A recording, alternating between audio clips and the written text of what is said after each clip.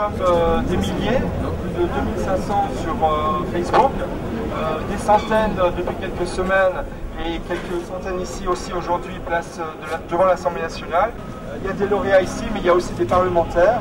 J'aimerais qu'on se félicite de la présence de parlementaires de tous bords politiques, de gauche et de droite. J'aimerais remercier Pascal de Guilhem qui va nous accueillir à l'Assemblée nationale tout à l'heure. Et aussi, si je peux citer le sénateur de Moinques, qui est venu jusqu'à l'Assemblée nationale, ce qui montre bien qu'Envie d'agir est un programme transversal qui dépasse toute considération politicienne. Un programme d'Envie d'agir, c'est un programme que je connais depuis longtemps. On a eu le plaisir d'accueillir des lauréats d'Envie d'agir il y a 2 ans dans les salons de la présidence au Sénat, où ils montraient ce qu'ils savaient faire, ce qu'ils avaient suivi comme parcours. Donc c'est un dispositif que je suis depuis déjà un certain temps. D'accord. En quoi est-ce que vous pouvez être attaché justement à ce programme-là? C'est tout ce qui concerne la jeunesse. J'ai été rapporteur d'une mission jeunesse au Sénat, rapporteur sur le service civique. Je pense qu'il faut donner des moyens aux jeunes, les aider à s'accomplir, les accompagner éventuellement financièrement. Donc le campagne Envie d'agir comme Talent des cités qui est organisé par le Sénat sont 2 dispositifs que je suis avec une très grande attention pour aider les jeunes à s'insérer dans la vie professionnelle, dans la vie sociale. D'accord. Est-ce que le programme a une spécificité par rapport à d'autres dispositifs qui existent? Est-ce que vous lui trouvez quelque chose de particulier à ce programme?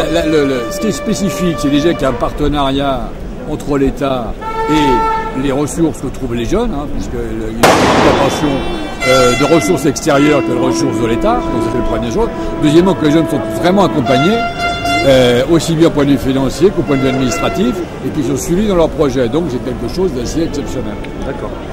Et dans le contexte global, sociétal aujourd'hui, la place justement d'un programme comme ça, la nécessité du fait qu'il puisse se maintenir, parce que... c'est majeur, parce qu'il y a un certain nombre de jeunes qui malheureusement, sans ces programmes d'aide, ne pourraient pas trouver d'emploi, seraient vraiment dans la désespérance, et reviendraient beaucoup plus cher à la société, au-delà du problème humain évidemment que ça pose. Donc ce sont des dispositifs qui sont essentiels pour la cohésion sociale de notre pays et de la jeunesse. D'accord. Juste pour terminer, le mot initiative, ça évoque quoi pour vous?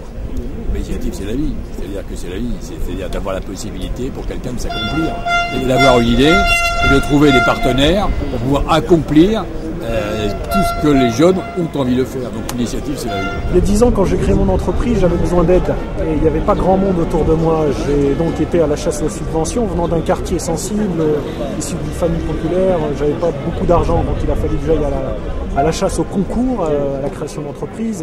Et à l'époque, ça s'appelait Défi Jeune.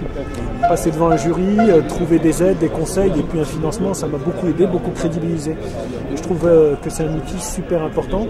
Et il y a 10 ans, il n'y a personne qui avait cru en moi, si ce n'est peut-être ces personnes qui faisaient partie du jury, et ça m'a donné énormément confiance en moi. Donc aujourd'hui, c'est normal que je sois là pour défendre ce qui m'a mis les pieds à l'étrier aussi. Envie d'agir, ça a été le moyen de concrétiser notre projet en tant que jeune au niveau local. On montait un journal de jeunes en fait, dans notre ville, et ça nous a apporté des subventions qui ont permis l'émergence du projet et de convaincre aussi la municipalité de nous soutenir. Comme on avait le soutien d'Envie d'agir, ça a aussi convaincu notre partenaire. C'est le début de ma carrière professionnelle Envie d'agir. Grâce à eux, j'ai pu rester vivre sur mon île, donc à Ouessant, et monter ma boîte et embaucher dès l'année prochaine, donc c'est énorme. D'accord. Et est-ce que vous auriez un message à faire passer pour le programme Envie d'agir? Ouais, c'est que qu'ils nous le remettent en place et rapidement, que je puisse aller au jury national, représenter Ouessant à Paris. Et je parle pas qu'en mon nom, je parle au nom de tous les jeunes qui sont restés sur le carreau au mois de juillet, au mois d'août, et qui ont eu ce sale mail, parce que je trouve que c'est vraiment indélicat de nous avertir par mail qu'un tel projet s'arrête comme ça, surtout que nous on a bossé, on tient nos projets dans les tripes et voilà ce que j'ai à dire. Donc que ça recommence et rapidement. En fait, ce qui a été intéressant avec le ministre ce matin, c'est justement cette question-là, c'est qu'aujourd'hui la politique jeunesse, elle se veut transversale. Il y a politique jeunesse ministérielle, elle se veut transversale. Le programme Envie d'agir, il est complètement dans cette optique-là, c'est-à-dire que par rapport à la nature des projets qu'il peut accompagner au fur et à mesure, c'est un programme qui par essence travaille dans la transversalité. Du coup, il y a eu une discussion avec le ministre ce matin dessus sur les apports que peut avoir Envie d'agir par rapport à la politique actuelle. Et Et aussi, bon, aujourd'hui là, il y a un effort énorme qui est fait, qui est donné sur le service civique, donc on lui donne énormément de place là au sein de la politique ministérielle, mais on se rend compte en gros que le service civique à lui tout seul, il ne peut pas répondre aux besoins réels de la jeunesse, et surtout en matière d'initiative. Le service civique, en gros, il propose aux jeunes d'avoir une première expérience en termes d'engagement, en termes associatifs, de pouvoir prendre au fur et à mesure des responsabilités dans une asso. Mais la finalité de la prise de responsabilité et de l'autonomie du jeune, c'est la prise d'initiative, c'est d'arriver à se démarquer un petit peu de tout ce qu'il a pu apprendre pour pouvoir créer à son tour.